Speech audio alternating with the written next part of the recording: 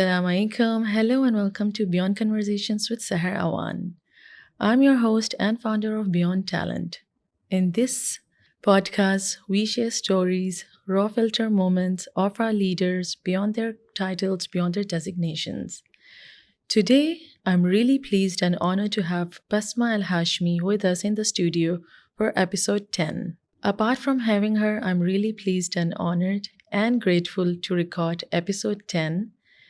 It was a milestone and a beautiful journey. Coming back to our guest, Basma Al Hashmi is an accomplished Bahraini photographer.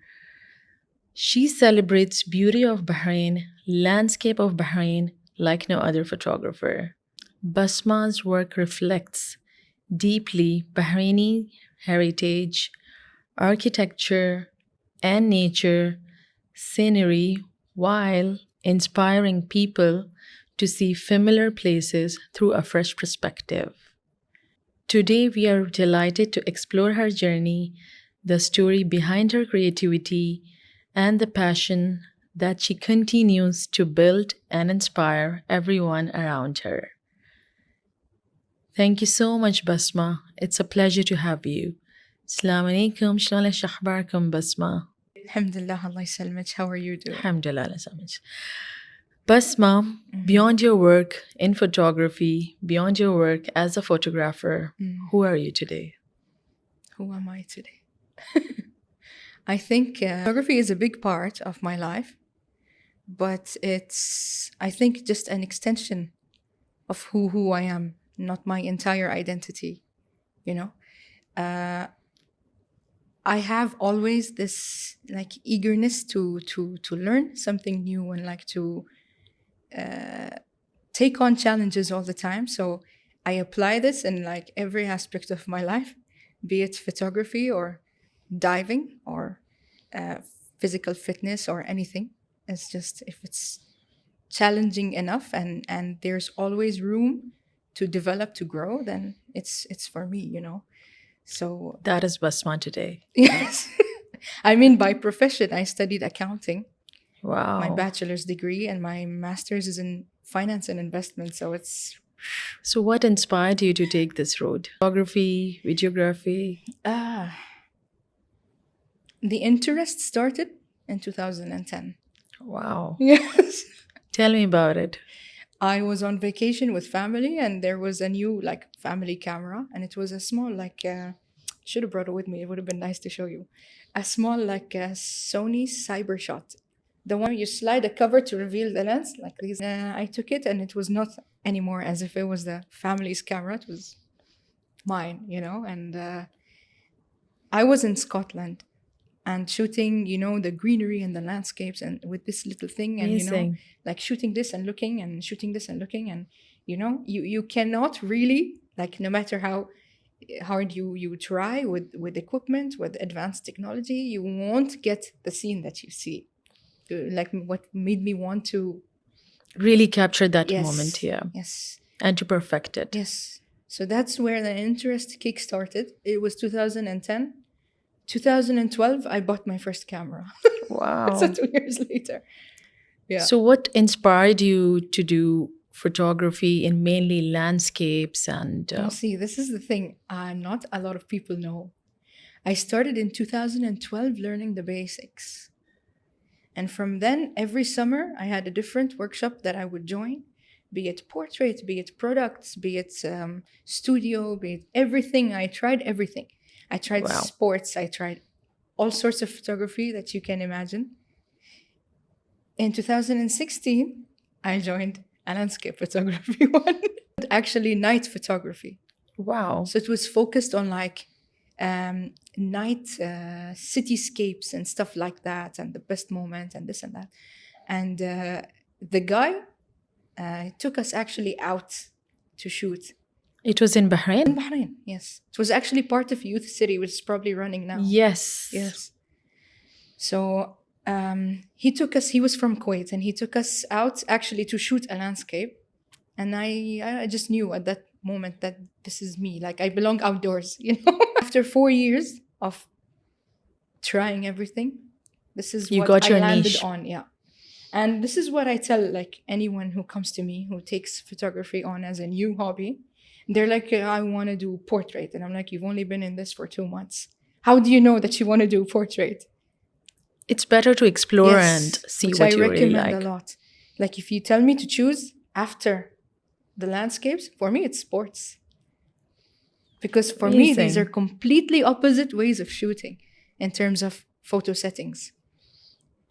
What are the ways and how do you do that? Because to shoot a landscape, to shoot a night cityscape, you won't wait until complete darkness. You'll wait a bit after sunset when you have a blue sky. It's what we Wow. call blue hour. And Tiny details you need to keep in yes, it's mind. what we call blue hour. That's when you have not complete darkness to lose details of like the sky and the foreground, but enough darkness to have the lights of the buildings and the streets and everything. So the combination together is nice. Sometimes if you're lucky, you have even a red sky. Wow, Yes, beautiful. depends. Every day a new sunset. Few months ago, I came across your video. It was about supermoon in Bahrain. You captured it so beautifully. So, what was the idea behind it?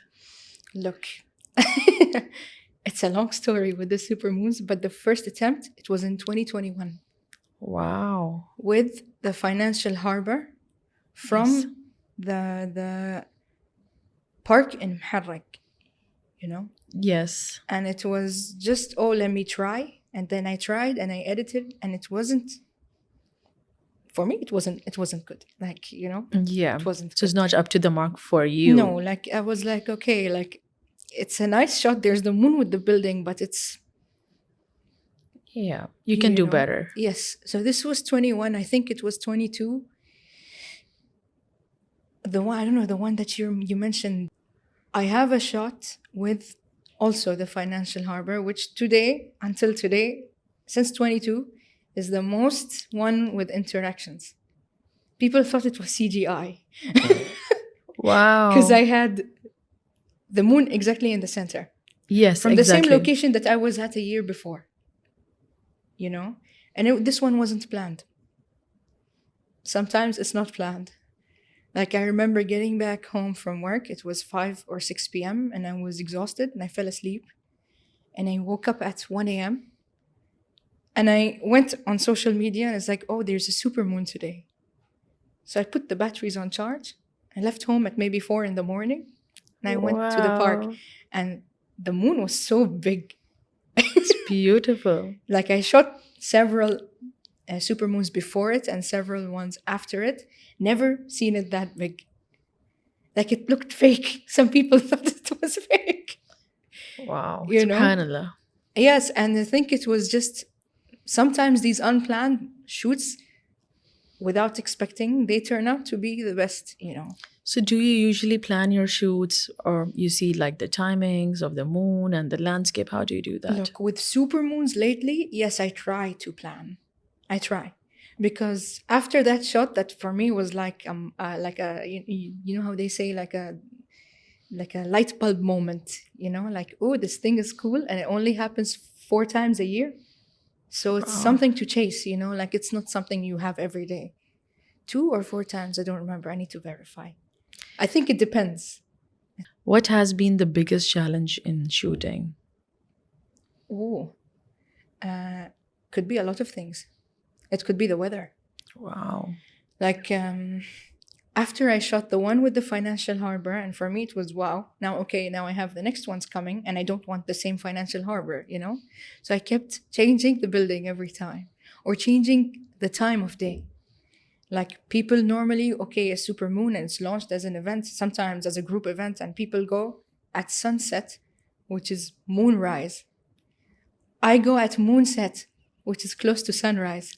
Wow. Yes, I prefer it. The roads are empty and I have no noise around me, and it's just me focusing, with my thing. But yeah, about the weather, I had a conversation with my aunt in 22 or 23, I don't remember. And she said, like, the tree of life is beautiful. And I told her I've never been there. And she looked at me. She's like, you're Bahraini and born and raised, and you've never been to the tree of life. And I was like, okay, khalas, I have to go. Yeah. And I planned it early morning for a supermoon the first time I went. I reached, there was the super moon like high up.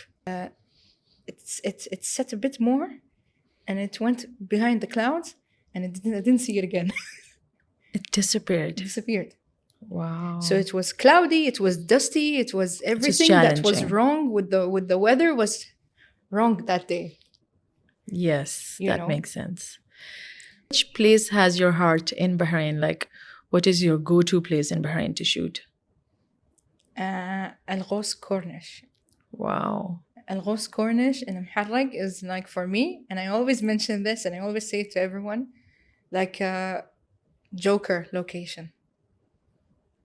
Because you go there and you have the whole Manama skyline, you have the financial harbor, you have the World Trade Center, you have the bridge, you know. You can choose to shoot them together, you can focus on one. My super moons I shot from there, and I zoomed on one. Wow. But zoomed in, so. How do you find like a perfect spot to lay out your things and your camera? At the location itself, you mean? I walk.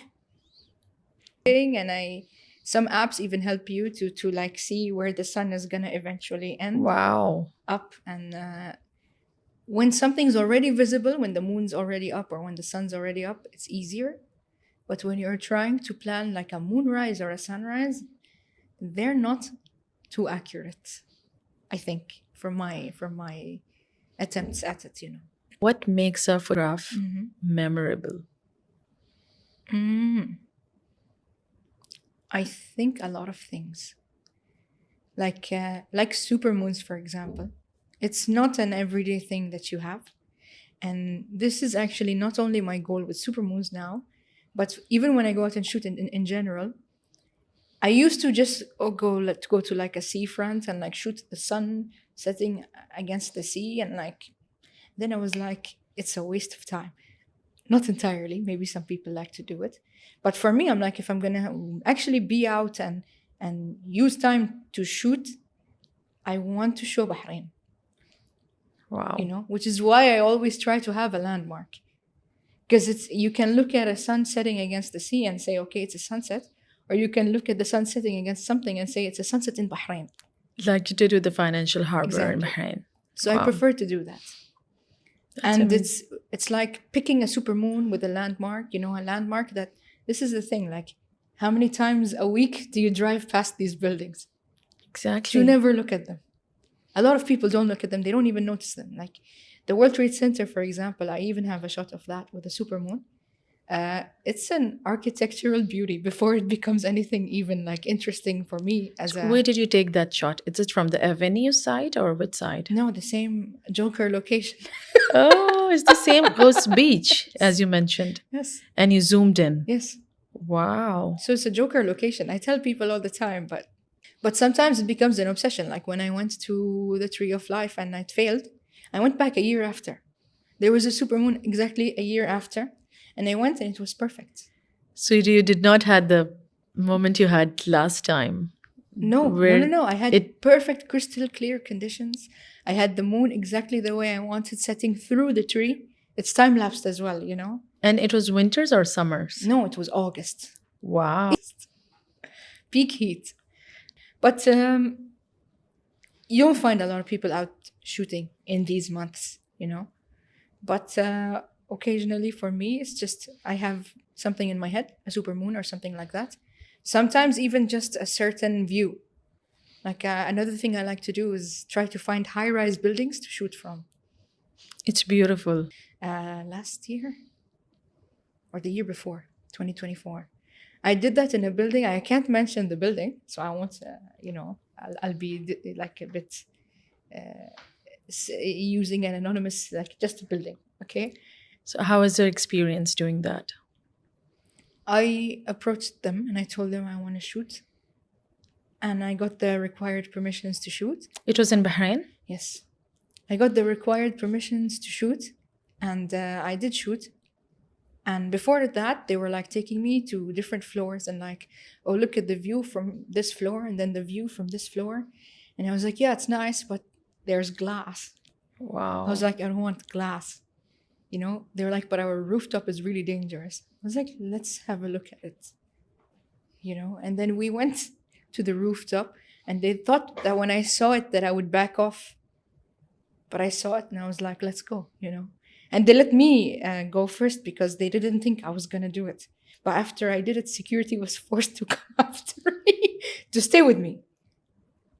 It was like Wow. a 60 step, if not more, service ladder, like completely vertical. And I had a Wow. backpack of 12 kilos with a tripod strapped to it. That was a That challenge. was a challenge. And I didn't expect it to be that way. So I was actually in a suit. So, But still you managed. but I managed. Alhamdulillah. And they told me after I got up, and the security guy, he was like, I was like, what? He said, a lot of people before you came with professional equipment and tried, but when they see this ladder, they back off. They're like, you're the first one to take professional equipment up here. For me, that was nice. So you gather all the courage and went there and did your thing. Yes. Amazing. And it was July, so it was really hot. And look, I try, but it's not accurate, but I try to follow the movement of clouds. Amazing. And how do you follow it? There are a lot of websites like weather apps and stuff like that kind of show you like not really exactly how the clouds are going to be, but the movement of clouds and things like that. So sometimes I try to track, and that day it was July, and I picked the day because I saw that there was a chance of it being cloudy. And then when I went up for the sunset, it was not a July sunset in July. Wow. So it looked different. It was cloudy and beautiful. The colors were beautiful. I Beautiful. was on the streets for a while. I think I've seen it. As part of the campaign of Bahrain tourism. Amazing. Yeah. But I think they don't know the backstory about it. It's a proud moment for you and Yes. for them, of course, to portray Bahrain so Mhm. beautifully. Basma, coming back to your career as a woman in this field, have you ever felt any difference, anything which is different than other genders As a photographer, you mean? as a woman photographer? For me, no. I just know that there aren't many women doing this landscape and cityscape and outdoor shooting. Like I join occasionally some big groups that go out here, and maybe we're like out of a group of 50, 2 or 3 women. So it's not common, but I enjoy it, and I don't think it should be tied to gender. Great. I think being a woman or being like against the hundreds of men that try to do this is not really a reason to limit our abilities. Exactly. Yeah. As long as you are creative, you have passion for photography, you have that eye. So that's really important to follow your dreams and not to give up on it. And how important it is to be creative in this field. It's very important. Sometimes even if I go somewhere without thinking or without planning, you need to have your eyes open, like they say, because on the spot you have to be quick at deciding, like, okay, the sun is setting, I have 5 or 6 landmarks, I either shoot the scene or I pick something to focus on. It has to be an instant decision because the sun's not going to wait, and as soon as it gets low, it sets so fast. In your mind, you have already decided the shots and then you take it. Yeah. You can say, yeah. You have a vision for your Yes. photograph. Yes. That's very Yes. important. That's why I like to go a bit before, just to like scout around. I think I know by now what is your favorite time. It's early. Depends. Sunsets, for cityscapes, for landscapes, and it's early morning. Early morning for supermoons. I prefer while people are asleep, because Yeah. look, you have the moon and the supermoon day, and people want to shoot it when it's rising. Okay, I want to shoot it when it's setting. At the end of the day, it's the same supermoon. Exactly. It's the same supermoon, so they can shoot it amidst like the peak traffic, and everyone might end up having the same exact shot. And me, when everyone's asleep, I come out like One of the times that I went to the Tree of Life, I left home at 2:40 in the morning Wow. because I wanted to do that, you know, like. So you have done so many shoots, you have conducted these sessions. Mm. Did you ever feel some of the shoots had a personal impact on your life, on your journey? Some, Personal impact. yes, like close to your heart. Mm. In what way? Like life changing ways, or it taught you something and you felt different. You learned, you reflected. Maybe internationally, if not in Bahrain. Like, look, I went once to Arad Fort to shoot the fort, and like at sunset time. It was maybe 2018, and I remember I had just got a new camera. It was a Canon 5D Mark IV, brand new, Oh, you know, like brand new. And I went to the fort to shoot at sunset time, and it was a very low tide, so I was by the shore, and I could see the sun setting. And I looked at the puddle, and in my head, I said, you know, I want the sunset in the puddle. So I took my tripod and my camera, and I went in, and I went in, and I set my tripod, and I flipped it over because some of them they can actually flip to go as close as possible to the ground. So I needed that to achieve what I had in my mind, and I took a couple of shots. I didn't like them. I said I need to go a bit further in. So I did that, and then my legs sank into like oh my the God. mud, like until my knees, you know. And I was alone, so I had to take the brand new camera and the tripod and lay it on the mud That was an to be experience. able to pull out my legs. You know? And I was wearing boots, slip-on boots, because Yes, it was December, so it it wasn't was very winter. warm. Yeah. So I pulled out my legs. I had to grip my knees to do that, and then my boots were inside. So I had to shove my hands inside the holes to pull out my boots. So you even prepare your outfit, your shoes, your boots. Look, no, this wasn't like I didn't factor in dirt. So I was Wow. wearing jeans. It was supposed to happen, I believe. This is the thing. This is when you said like some things that happen that are like not exactly for me life changing, but um, It was a different experience. it was a different experience, but it really made me see that things happen for a reason. Because I didn't like the sunset. I was gonna leave, you know. Mm, I didn't like the shot I took, and I was gonna leave. But this happened, and then you know I was like a mess, and I had like a thick layer of mud all over, like coating both my legs. You know, so I had to like pull it like off. And when I pulled wow. it off, there was glass, so I cut my hand, and then I became like a muddy, bloody mess. And the guy who worked at the fort, he saw me. He came to help me, and he gave me slippers to wear, and you know he was like, we have Oh, a hose for the plants, like you can you know sort yourself out. So I took it, and you know by the time I was done with this whole process of getting clean, the sky exploded. subhanallah. The sky exploded. It became red, like everywhere, every direction you look. Not just the sunset side, the whole sky. You know? It was So for you. I think this happened to keep me there, you know? So, There was a reason behind it. yes. Wow. So, So you took some shots yes, after I that continued shooting. in his slippers? In his slippers, I continued shooting. Wow. I continued shooting. Amazing. But really, like since 2018, that was December, until today, I haven't seen a sunset like the one I saw that day. I've seen red sunsets happen after, but not the one where the sunset is here and the sky is beautiful, but it's also just as beautiful behind me. So the mud was worth it. Yes, it was worth it. Every part of it was worth it, so I don't regret it, you know. Why? Like from this day and like even the other shoots that came, like with the Tree of Life or whatever, when it goes wrong, I just like, okay, not meant to happen, you know? Exactly. You're aligned with them. Yes, yes. I don't try to fight against it. Exactly. It doesn't work. It doesn't work. Like So how about shooting internationally?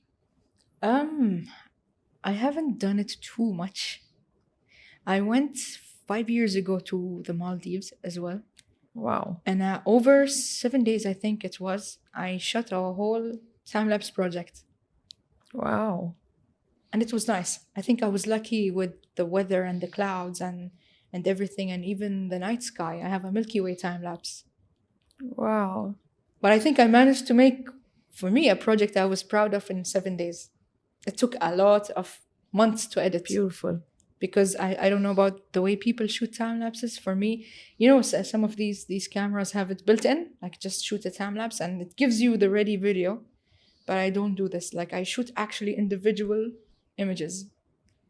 So sometimes over, And then you work on it yes. individually. So sometimes over 2 or 3 hours, it depends. This is why I'm saying like time lapses taught me a lot of patience.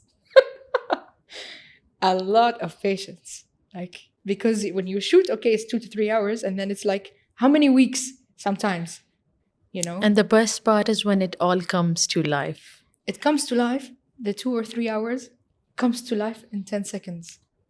Exactly. Like because just it is 10 time seconds. lapse. Yes.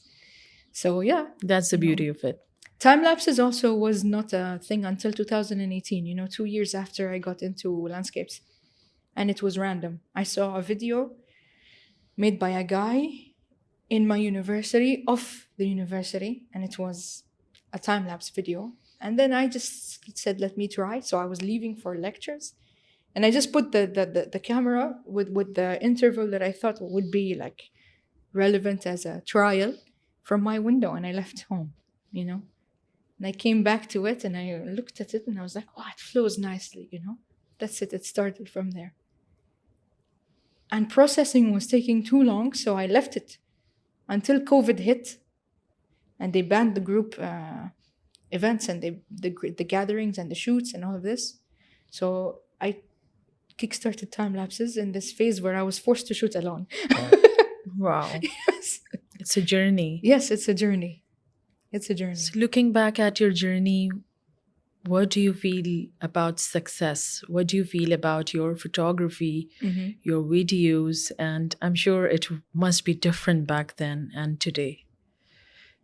How do you describe your style and what have you learned over this time period? You notice it. You actually notice it.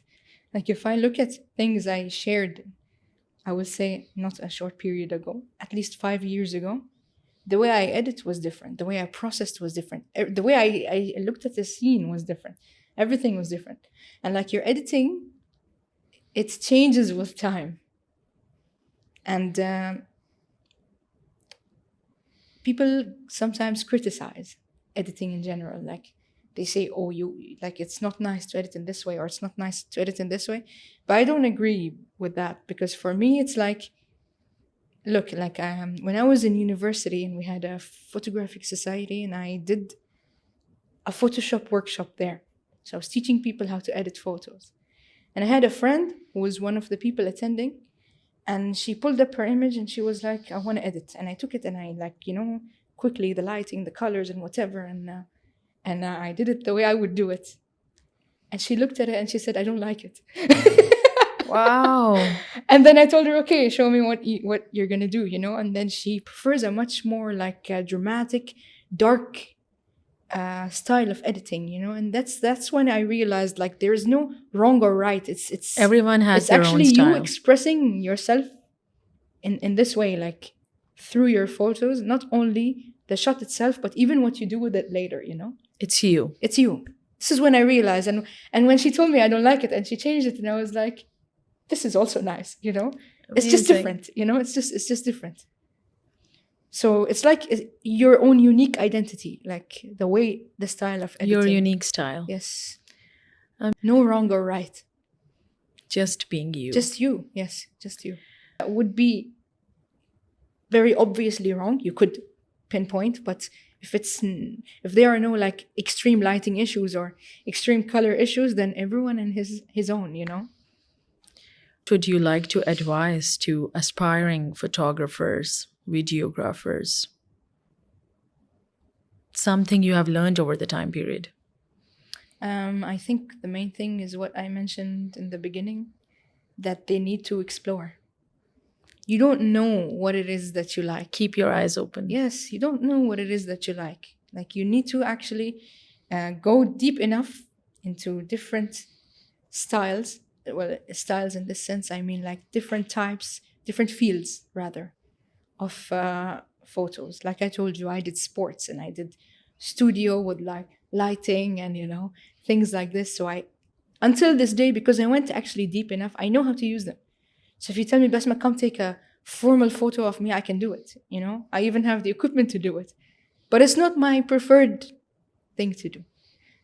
Exactly. But you don't entirely lose it. This is why I say, like, you need to actually, and it keeps doors open. Like, you could perhaps in the future, like, venture into that a bit and like do it alongside landscapes, for example, So I think that, and Very well said. and like for me at least, this is how I keep anything going on this long, because photography since 2012, so we're talking like how many years now? It's been a while. 14. Amazing.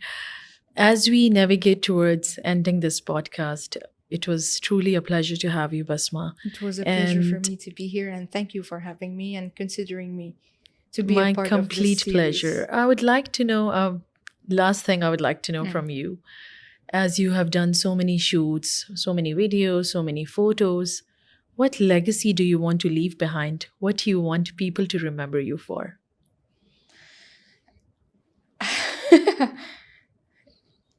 Doing what people don't usually do. I mean, tell me how many time-lapse photographers we have in Bahrain. None. Besides me, I know of one other guy. I don't know, honestly. Who started after me. Wow. And I know other people who do it here and there, but it's not really a focus. But for me now, like, it's every shoot, like, if I'm going out to shoot a sunset or a sunrise or a supermoon, it's both. I go out with 2 cameras. You're focused. It's both. I'm not only gonna get the stills, I'm gonna get the time lapse. Wow. Yes, I do both. So from one you do the time lapse thing, and the other one you Yes. do the shoots. And even if they're both time lapses, one is like a zoomed out, and one is like a focus on a subject, for example. Amazing. So I think I've been actually told that a few times, that when I post something in a while, or something of like a landmark and a sunset and like something that people end up liking, I get the comment a lot, like, oh, Basma, like a queen of time lapses. Like, I think it's nice. Cute. It's nice. It's nice. It's nice to specialize in something that's not common. Like, you have many Definitely. people shooting people, portraits. Yes. But not many people shooting nature. Yes. I mean, I know we don't have that much nature, but we can work with what's around. I do believe it's all in the eyes. Yes, for sure. Thank you so much for your time. It was truly pleasure having you with us. Thank you very much for having me. I enjoyed it a lot with you. As we wrap up episode 10th today, I would like to wrap this episode with a message to all of you, to all of my audience who believed in me, to my guest, to my team, to my family, to my friends. Thank you so much. I'm super grateful to have you all. And if you have a dream, please do not give up. Work towards your dream. And sooner or later, you're going to achieve it. And believe me, it's going to be worth it. Thank you so much.